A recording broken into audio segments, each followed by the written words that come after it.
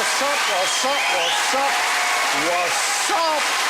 What's up, what's up, what's up? It's the office Christmas party at QI and we're ready to get down with a G for Groovy show. So let's hang loose, boogie-woogie and put a donk on some awesome anecdotes and funky facts with tonight's guests, the well-wicked Lee Mack. The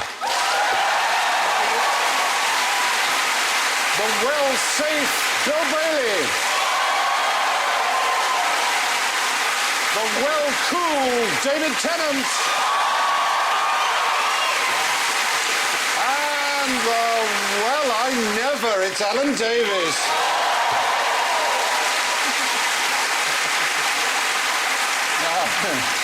We were slightly afraid that you may not have heard enough Christmas songs in the shops this week, so Lee goes... It's beginning to look a lot like Christmas. Ah, Bill goes... So here it is, Merry Christmas. David goes... Last Christmas, And Alan goes...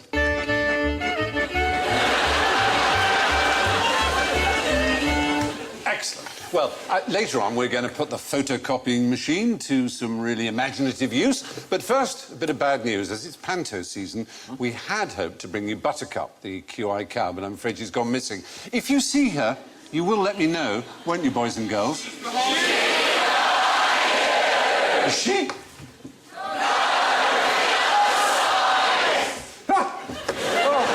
Boys and girls, I wish you'd warned me earlier. Hello, Buttercup. Great to see you. What I'd like you to do is to do a demonstration for the boys and girls. Can you do that? Would you like to go around the front and do? Now, what Buttercup is going to do... Buttercup does impressions, all right? Right. And Buttercup is going to do an impression, and you have to try and guess what she's doing an impression of. Off you go, Buttercup, darling.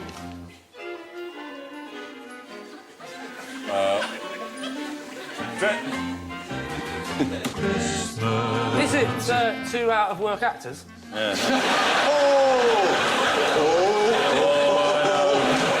they're stamping their tiny hip. There we go. And... Is it the way of walking? Ah, Slightly... brilliant. Alan, Is yes. it with the legs not being in opposition or something like that? Yes, because cows don't normally walk like that. So she's doing an impression of... A freak. A cow with an inner ear problem. Yeah. Or of an animal that does walk in that way. Left, right, left, right. left. A weasel. Lovely idea, but not a weasel. Oh. There are a couple, actually. Rhino? Oh, A tapir. the other one in... You're in Africa, you're on safari. Dormouse. Giraffe. Dormouse. Massive Giraffe is the right idea. That was Giraffe. Buttercup. Yes, Buttercup's very proud of herself. That was a very fine... It was a very fine imitation of a giraffe, because giraffes and camels, in fact, do that left-right walk. But cows, like horses... Would you like to do how you normally walk, Buttercup? You see? What? So I'm slightly drunk? Is that a cow creeping up on someone? So, ladies and gentlemen, a big thank you to Buttercup!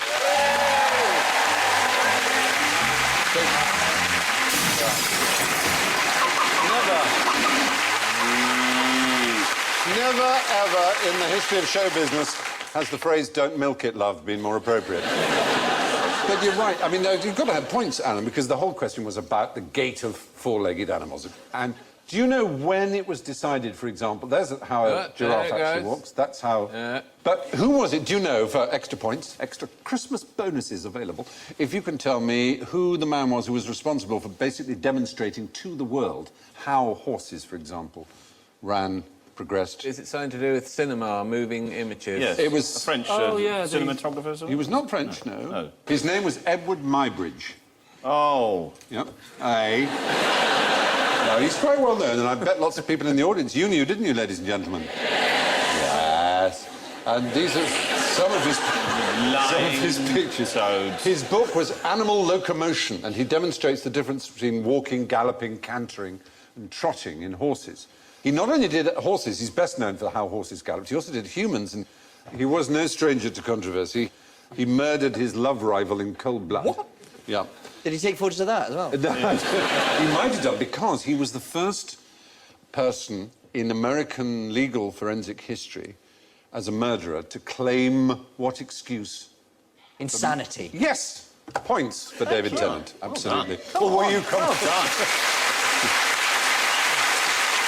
Anyway, the point is, our lovely Buttercup, the QI cow, was giving us her giraffe impression. And speaking of giraffes, what use is a giraffe bicycle? Lee? Sorry, I was thinking of the hedgehog skateboard. Sorry.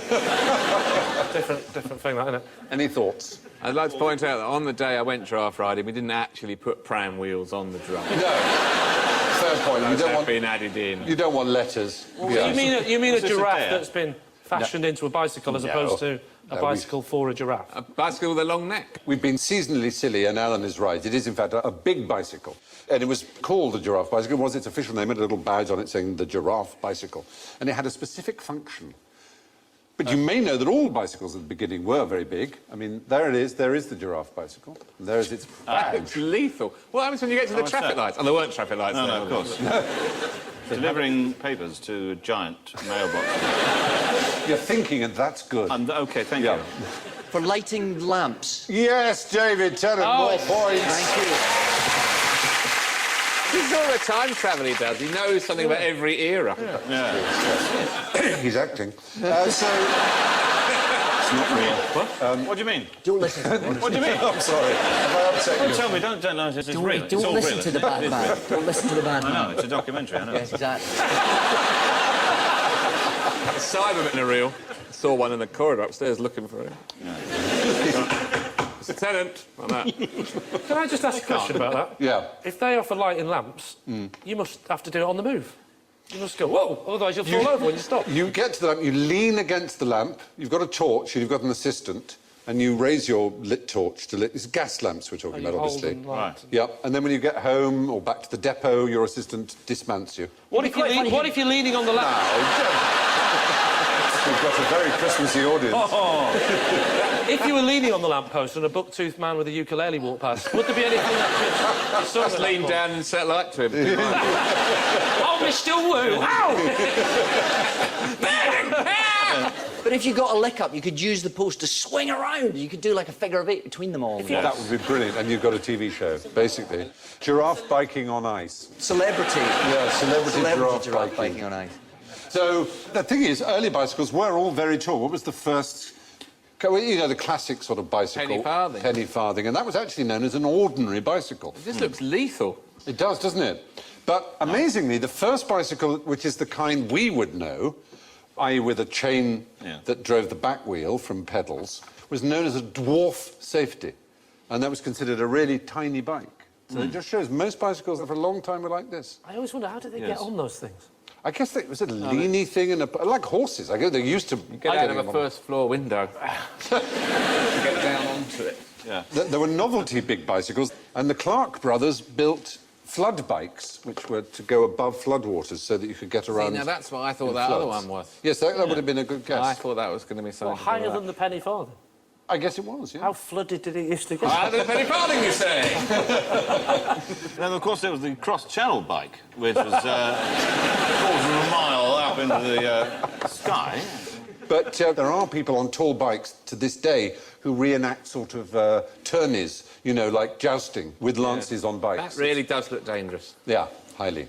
We used to do at school, we used to do what we call quad hockey, which is like a polo, only on bikes. You use a hockey stick and a ball, and you just go around on a... Quad bikes? No, not on quad bikes. It was in a quadrangle. And a quadrangle? Yeah. And you were playing hockey in a quadrangle? But, yeah, You had a very different sort of schooling. Why? Well, how is that different? Well, in my school, we used to set fire to cars. We were in In a an gravel pit octagonal. with a dead badger. We just played Quidditch. No! There you are. It's all right, I suppose. Yep. Flying on it. Giraffe bicycles were a boon to the weary lamplighter. How do you react, team, to queue barges? Oh, very unfavourably. Very badly. Very unfavourably. There. Do you? Yes, it goes against the very bedrock of Western society. And also, the late mergers, you know, in lanes. Oh, yeah. When you're doing the motorway, and the's a coned-off lane, and you think, well, I'd better conscientiously merge now. and somebody will go right the way down the end of the thing, and then, yeah, try again. No, worse than that. You do that.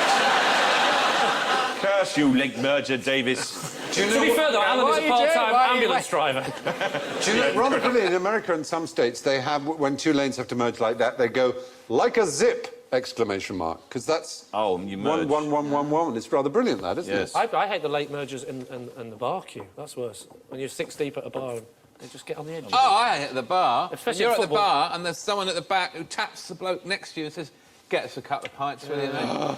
Oh, or when you're at the bar and someone leans forward with money and they get served first just because they're on television. Yeah, I hate... Mr. Fry, go away, scum. Make way, make way! Lord Fry! Come for a port. Here he is, on his bicycle with his hockey stick. Right, make way! Make way, I Special say. bottle here, Mr. Fry. Clear that table, get up, get out.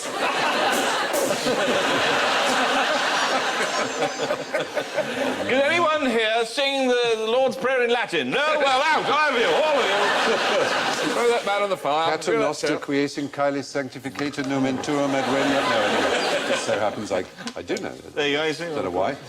But queue jumping. It is despicable, and you would think most people reacted very badly if someone were to walk in and just simply barge in front of a queue. But do you know the name? You're probably familiar with the experiments done by a behavioural psychologist in which members of the public were given white coats and asked to inflict pain. Stanley Milgram is the one best known for it. He asked people to do things that were against what they considered to be right, and yet, because they were told to do it... And the person doing it had apparent authority, had a white coat. But the less well-known experiments he did were in queues, and he would... or lines, as he would say, as an American. 129 different times he tried in betting shops, railway stations, elsewhere. Betting shops, you'd think, were people who would not be afraid to show their opinion if someone barged in.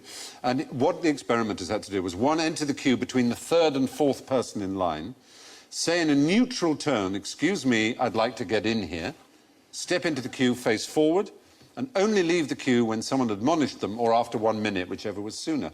And on only 10% of occasions was the queue jumper forced to leave the line because they were admonished. And in only 50% did anyone so much as tut. It's extraordinary. Isn't it? Where was this, though? This was in America. In America? Not in Tunbridge. No. Not in Tunbridge. No. Not in Peckham. No. Very, very high tap ratio.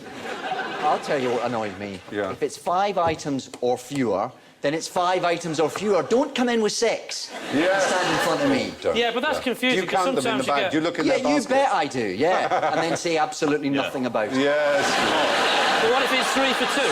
That's 3. I'll give you one of those items off. So you'll give me 2? I'll give you 2 for 3? those 3. But if there's not a special offer on, and I'm checking... You're Scottish. I know you're checking for those special offers. Oh, careful. That was low. Go on, take him. That was low. Yeah, Get your exactly. sonic thing out. What, hedgehog? In the First World War... Is that it? I don't remember it being a biro from W.A. It's not Smith. working. It's not working, hell. In the First World War, they toured a tank around Britain. Knocked all his hair off. Don't wave it around. Easy with that. Whoa! In the First World War, they toured a tank around Britain. Yeah. And it went to all the major city centres in the country, and people were encouraged to raise money for the war, to chuck any spare change they had into the tank. Yeah. Oh. Where did they get most money? Glasgow! Oh! Yeah, because they thought it was a big fruit machine. He's bad. No, that's... He's bad. Look, I've won a soldier, Mummy! I've won a soldier! I thought it was a... Oh, he's gone again! He's gone again! bandit. Yeah.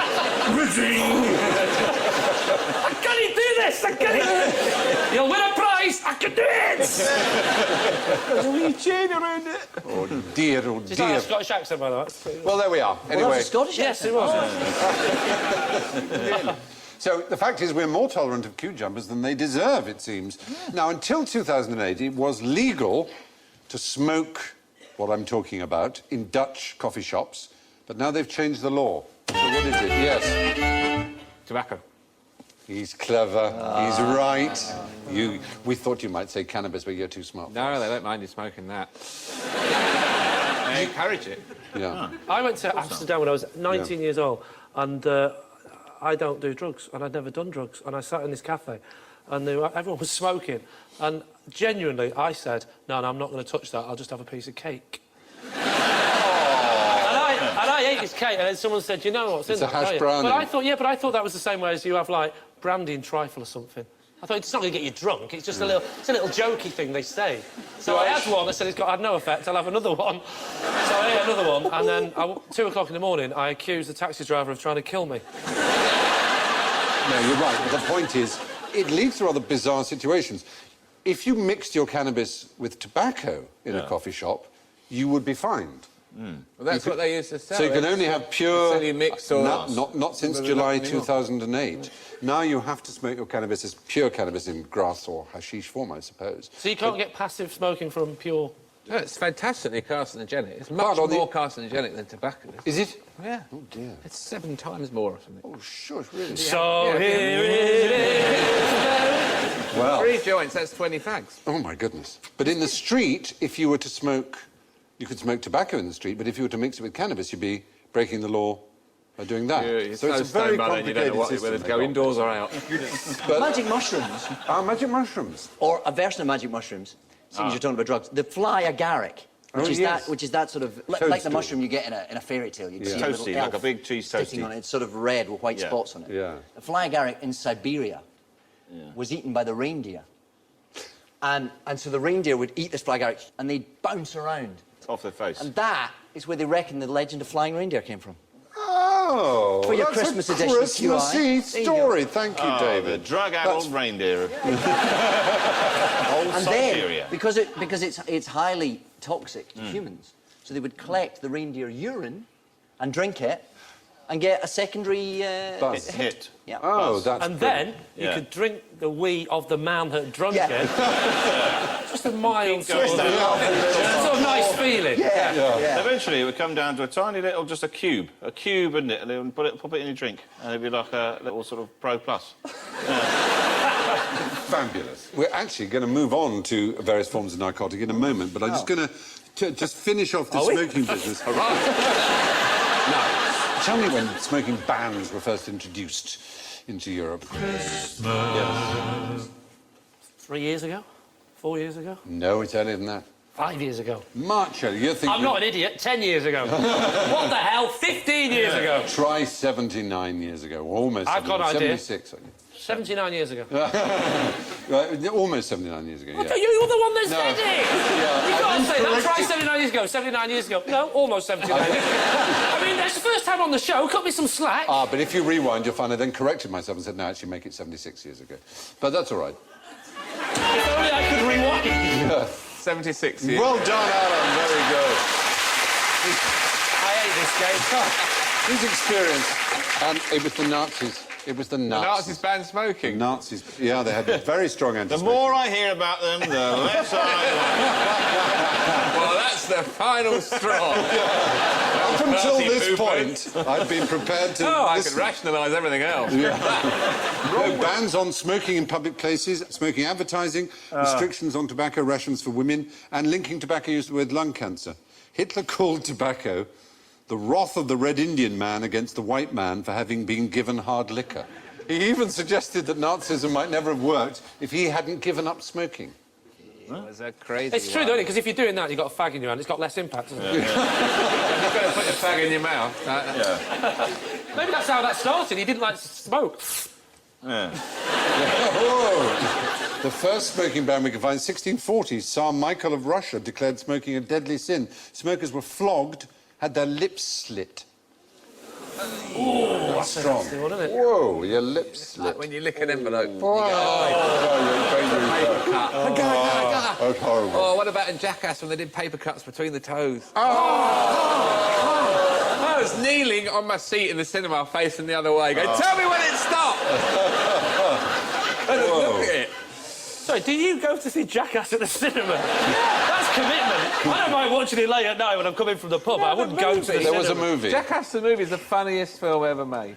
I preferred Jackass the novel. Jackass the ballet. Yes. Oh, they did. Oh, very amusing. I jumped in a trolley, I believe. Extraordinary.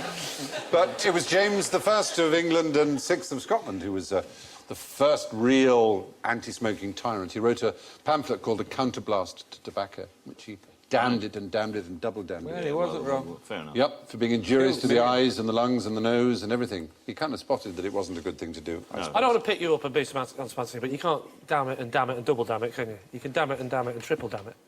Yeah, Sorry. that was his mistake, obviously. Yeah. Chairman of the Pedantic Society. I believe... Vice chairman, actually. Yes, yes. Do you know... Very good. God bless you, you do that.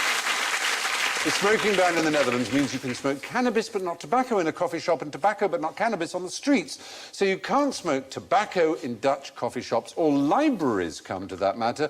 But do you get a kick out of book sniffing? Book sniffing? Yeah. Why would you sniff a book? Is it a form of glue sniffing? Is it get the adhesive? It's not the adhesive. It's when a book ages enough, what would form around it? Mildew and mould and general fungal matter. And What mushrooms are growing on books? Yeah, one of the fungus. Yeah, one of the fungi that grows is an hallucinogenic fungus. And it seems it maybe has been responsible for affecting quite a lot of scholars and antiquarians. One of the leading mycologists of Europe, he's actually said the source of inspiration for many great literary figures may be nothing more than a quick sniff of the bouquet of mouldy books. Who's buying books that look like that? Well, but they've been libraries. All books are rotting. They rot faster and faster. There's a real problem with books because the paper breaks down into an acid which makes them rot even faster. So we have to get quite close to You it. get though, quite wouldn't close, and you have to do it for quite a long time. Yeah. It's a rather unusual way of reading. In a library. Seems an extraordinary. I can't help doing that. You know when you practice. go, if I go to the dentist, right, and there's a magazine from like 3 years ago, Yeah. and I'm having a look through, and they've got one of those aftershave things that you. Oh, yeah, Scratchy little things. scratching. I can't help. I always have a little. Yeah. And I always think, because if it smells after 3 years, it must be a good one. Because I always have a problem that aftershave stops smelling after about 3 or 4 hours. So I think if it's survived 3 years, I'll buy it. Yeah. Yeah, you can't buy Class, can you? Well, the fact is, it would take a long time to get truly high on one of them, but it is a real fungus and it is truly hallucinogenic. Like the one you mentioned, shrooms. What is the proper name for shrooms? The magic mushrooms. Oh, hallucinogenic ones. You've mentioned fly agaric, which is like that one, really. But the magic mushrooms, psilocybin. So with a silent P, psilocybin. Interesting experiments have been done with magic mushrooms, encouraging some to believe that religious experiences, all told, are based on some sort of hallucinogenic experience. It's an interesting thought. Yeah, isn't there, there's some sort of theory in America that there's a kind of a religiosity, there's a kind of a God spot in the brain. There's some Yes, kind of some people have come point. up with that There's some part of the brain which actually induces some sort of spiritual. Which may be accessed by things like magic mushrooms. Yeah. And do you know who it was who rediscovered the magic mushroom?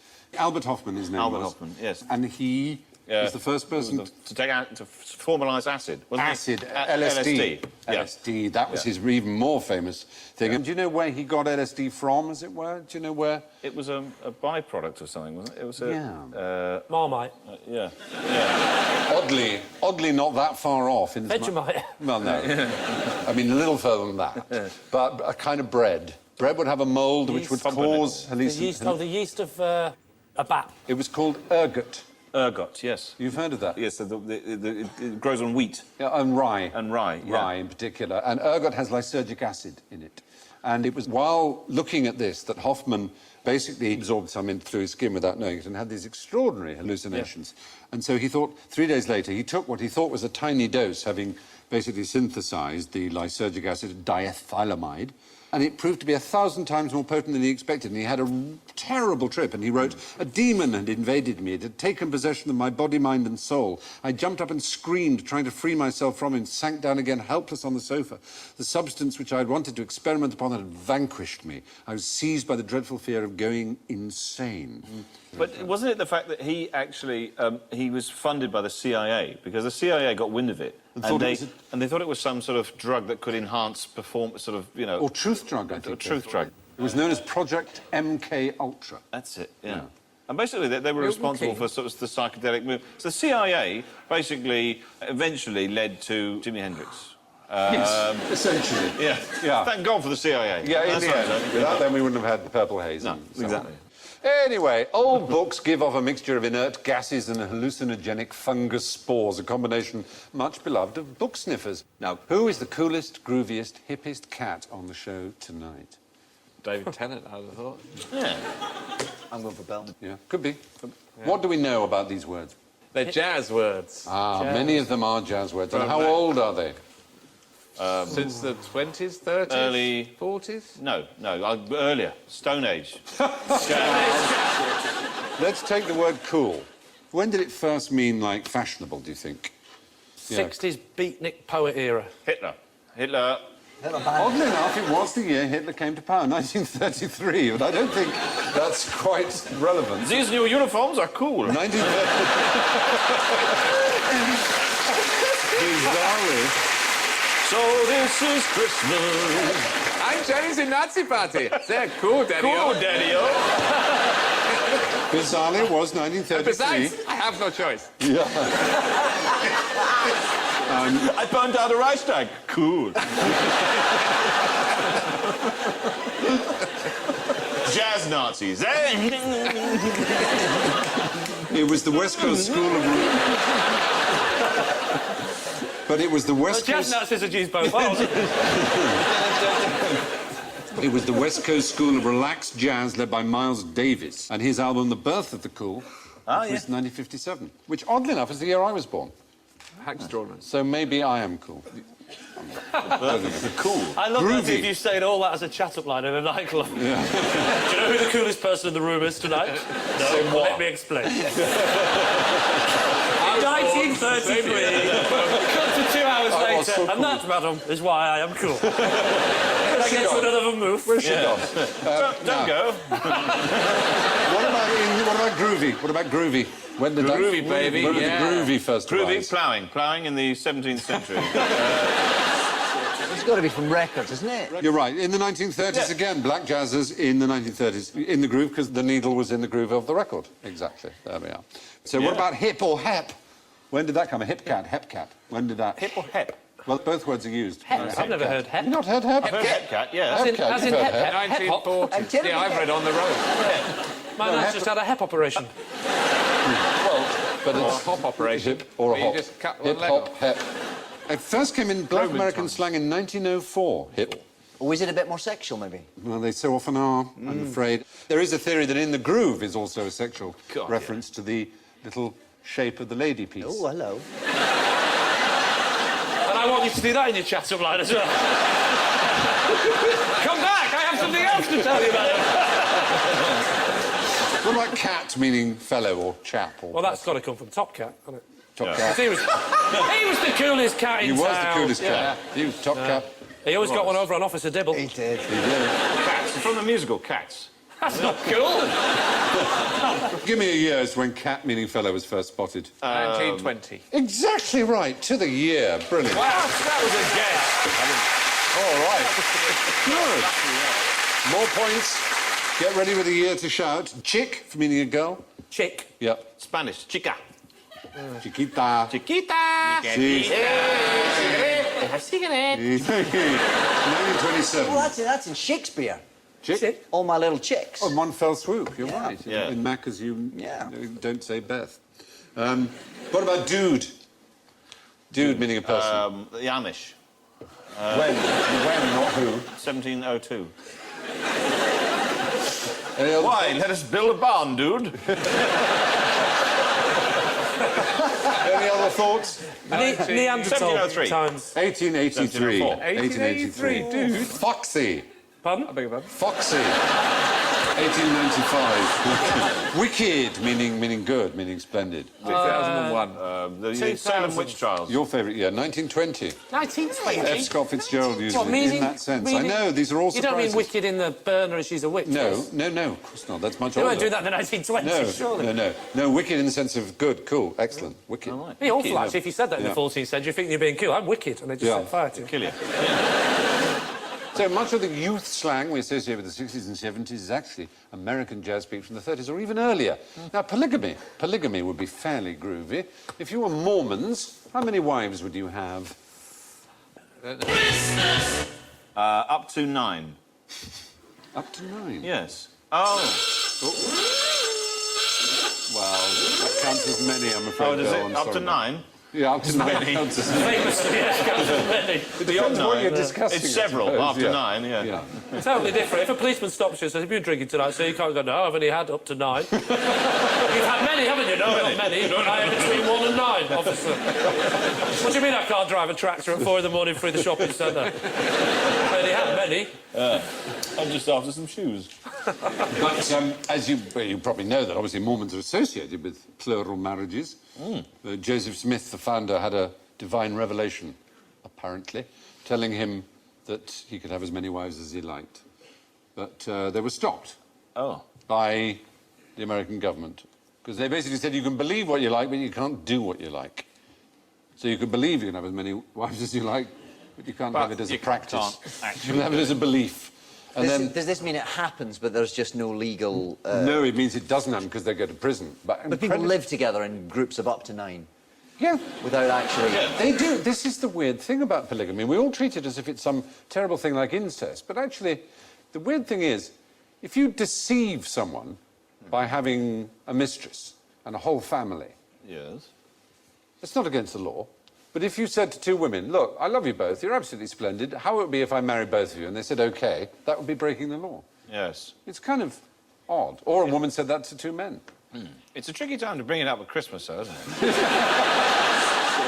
Well, I just don't see why it should be quite so illegal if people are on for it, if they willingly enter it. If it's a deception, I think it should be wrong. Should it be capped at a certain number? Up to 9. Up to 9, I think. I think bring in the Bailey rule. 10, that's... 10. I'm not a slag. Well, so you say you can't actually do it, then? They don't condone polygamy at all? No, it's against the law. It's against the law. Fortunately, the head of the Mormon church, just as it was being announced as illegal, had a convenient divine revelation telling him that the practice should stop. So God just came in at the last minute. That's good. Isn't it handy when that is happens? handy, Yeah. that's good. There are, of course, the lovely Osmonds. Aren't they lovely?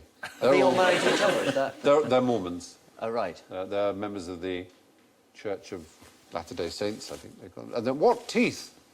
Beautiful. They were rubbish. Were they? Oh, they? Apart from little Jimmy Osmond, he was a long-haired lover from Liverpool. Yeah. And Well, of course, it was Big Graham Osmond, the one they kept in the attic. who had terrible teeth. Terrible. He had one massive hand, Yellow like a teeth. claw. Yeah. But he wrote all the songs. By groaning them. He groaned them into a tin can that was connected by a piece of string.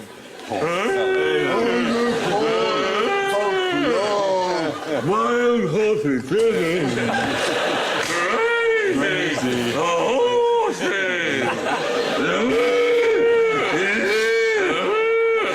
They're very bad. And you know, What was that? What was that, Graham? Bring me another wife! now, pull yourself together. My wife! I'm allowed up to 9, Bill Bailey said! Bring her up! 4! I've only got 8! I'm allowed to have many! Now, behave. Pull yourselves together at once. The Church of Jesus Christ of Latter-day Saints. What a great idea! Liverpool! That's a great idea for an episode of Doctor Who, isn't it? Doctor Who goes into the attic and finds the elderly secret brother of the altar. And that's how they kill off David Tennant. Imagine that. Nobody's supposed to... Is that the plot of the Christmas show? Played by Bill Bailey.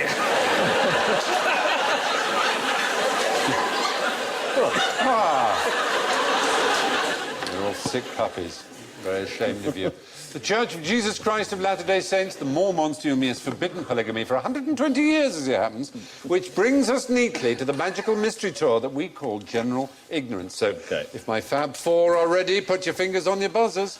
What are these gentlemen spelling out in semaphore? Christmas. Yes. Help! Oh, you'd think, wouldn't you? Oh, honestly, Paul McCartney died and there's a replacement or something, is You're not quite that, but you it? I Am the see- Walrus. No. Yeah. We is George, John is All, Paul is Liv, and Ringo is Yellow Submarine. But not in one. Not in, no. No, right, OK. That's the elderly brother of the Beatles that's not allowed to be seen. Don't start. Yellow Submarine! Now. Hey, dream believer! Oh, that was the monkey. Help! Please, somebody! I need somebody! Oh, write that down. That's very good. Well done.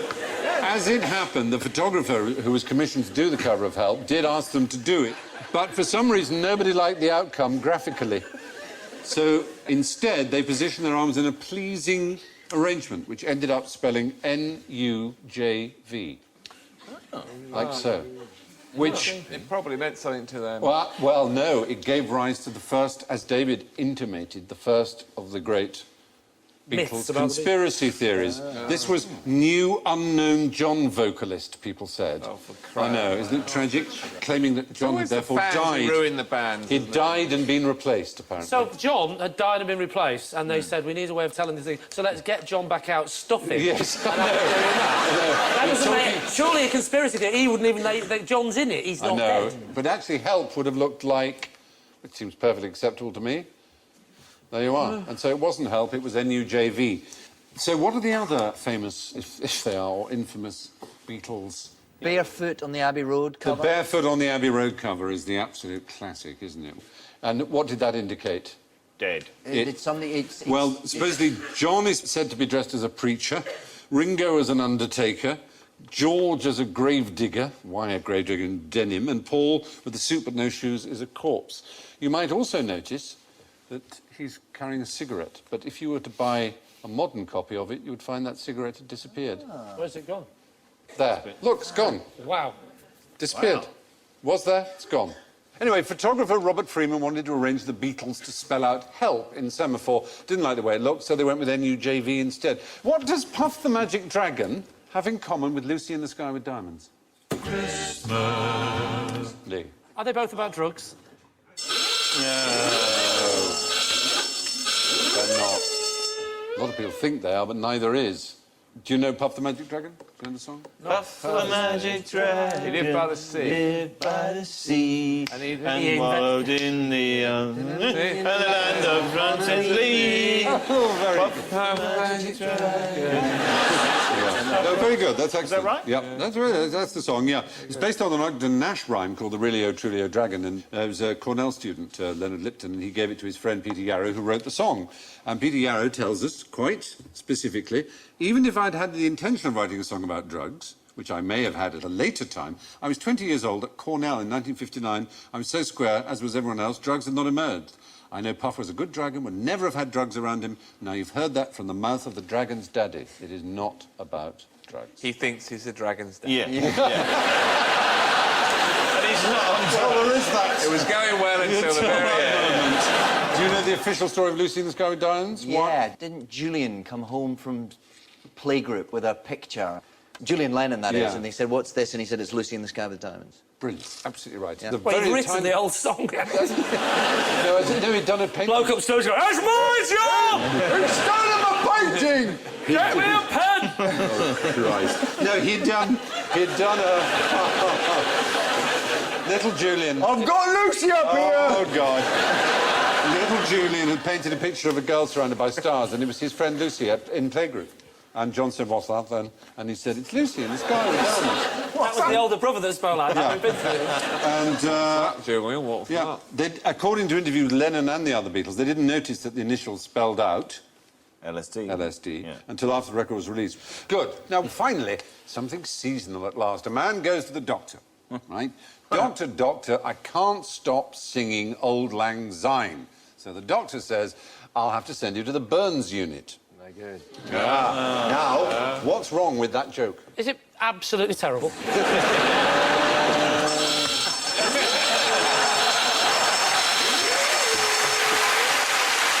Yes, see. Now, any other thoughts? What is Auld Well, Lang? no, of course it's not, because Burns Night is not on New Year's Eve, is it? It's on, when is it? 25th of January. 20th, yes. Yes. So, of course, you wouldn't be singing Auld Lang Syne and Burns Night. You'd be singing it on New Year's Eve. So That's true. you'd be waiting 3 But weeks. most people think that Auld Lang Syne was written by Robbie Burns.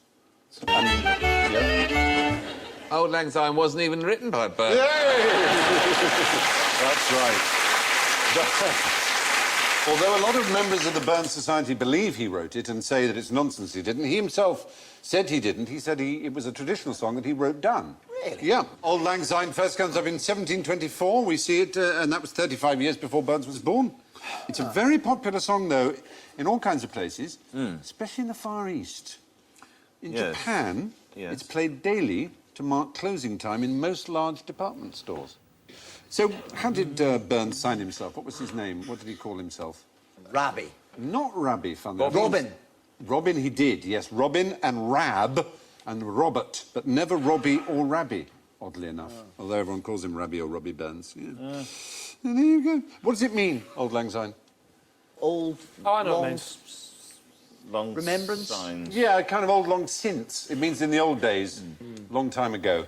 And how do the words go? Anyone who can give me the lyrics gets points. Old acquaintance be forgotten never. Should all acquaintance be forgot for the sake of Auld Lang Syne.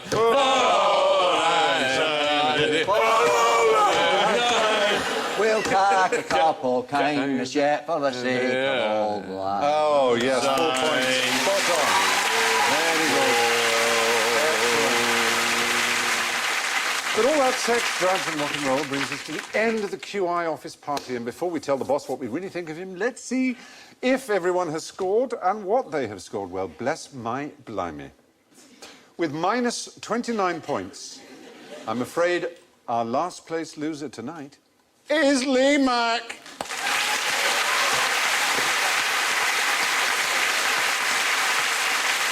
In third place with -6, it's Bill Bailey.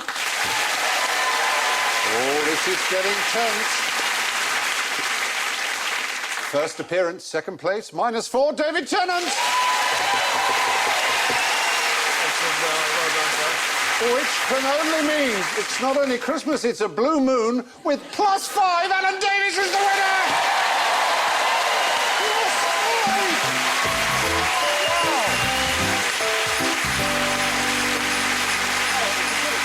So we are bidding a cool Yule and a gear new year to you all from David, Bill, Lee, Alan and me. And tonight, for some reason, I thought I'd leave you with a joke about doctors and time travel. Doctor, I keep seeing into the future. And when did this start? Next Tuesday afternoon. Good night and happy Christmas.